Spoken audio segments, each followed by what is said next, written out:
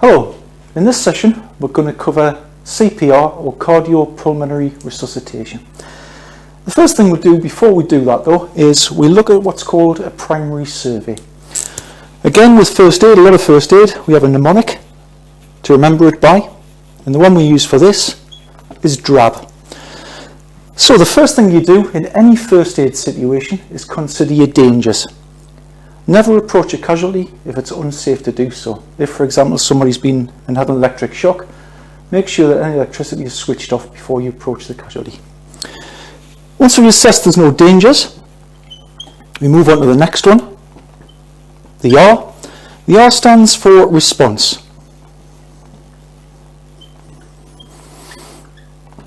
Basically, we want to try and get a response from the casualty to ascertain whether they're conscious or unconscious, and then we make further decisions once we've ascertained that. Once we've decided whether there's a response, we move on to the A, which is the airway.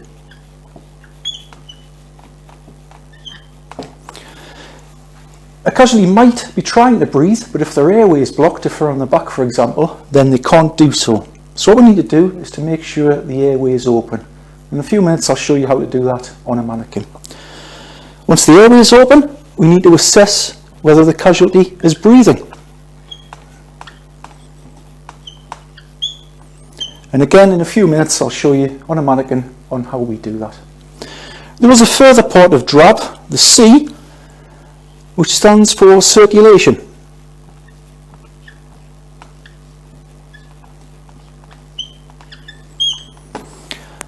Basically, this is when we start to give what's called chest compressions to get the circulation going back around the body and therefore getting oxygen to the brain and the heart, which is all about and the whole reason for doing CPR.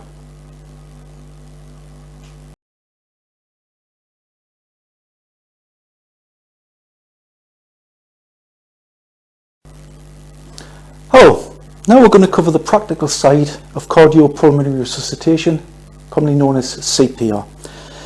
First thing we always do is assess our dangers. I've checked the area, everything's safe, and I'm also protecting myself and the casualty by wearing disposable gloves.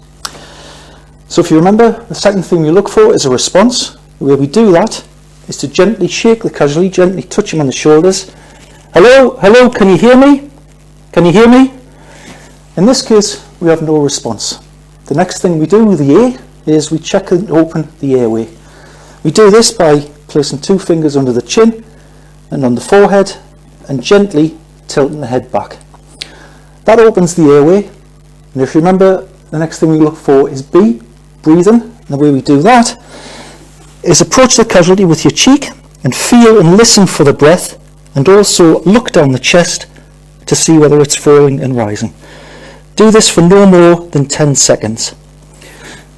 In this instance, casualty is obviously not breathing, so we then move on to the processes of CPR. First thing we do from that point is, if you have somebody with you, ask that person to call for an ambulance. Tell them to tell the ambulance service where they are. Tell them we have an unconscious casualty who isn't breathing. We've got a first aider at scene who's administering CPR, and ask them to also bring what's called a defibrillator, or an automatic external defibrillator, and make sure they come back to you and update you with what's happening. Okay, so we start with CPR in general then. The first thing we do is give chest compressions. Place one hand on the centre of the casualty's chest, lock the other hand in, have your shoulders vertically above the casualty, and start compressions. We're going to do 30 compressions at a rate of 100 to 120 per minute, and we're trying to compress the chest to a depth of 5 to 6 centimetres, roughly that. So,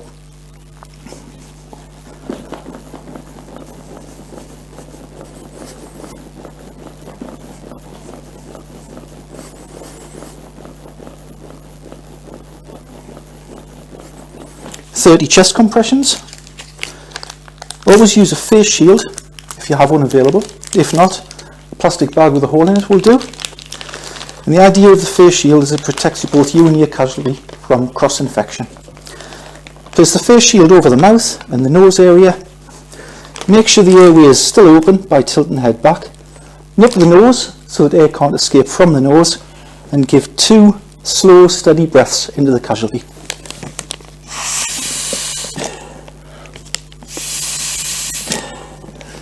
What we're looking for is the chest to raise, but you don't want to over-inflate the chest. Immediately after your 2 breaths, continue with your 30 chest compressions.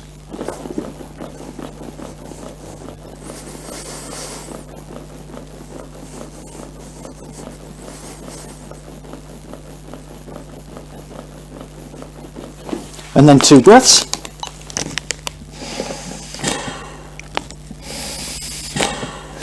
And continue that procedure for as long as you can, or until medical help arrives and you're advised to stop. If you have a helper with you, ask the helper to take over from you every couple of minutes if possible.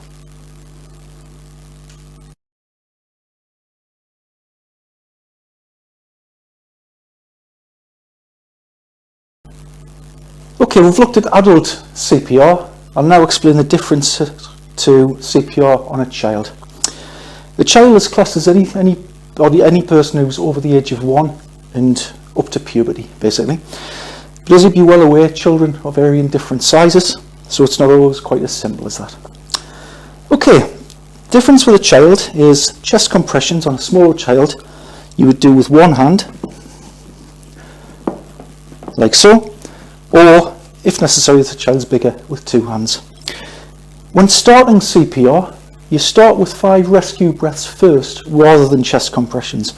So you check the airway, give 5 rescue breaths, and then go into 30 chest compressions, and then back to 2 rescue breaths followed by 30 chest compressions, and you keep that going as long as possible.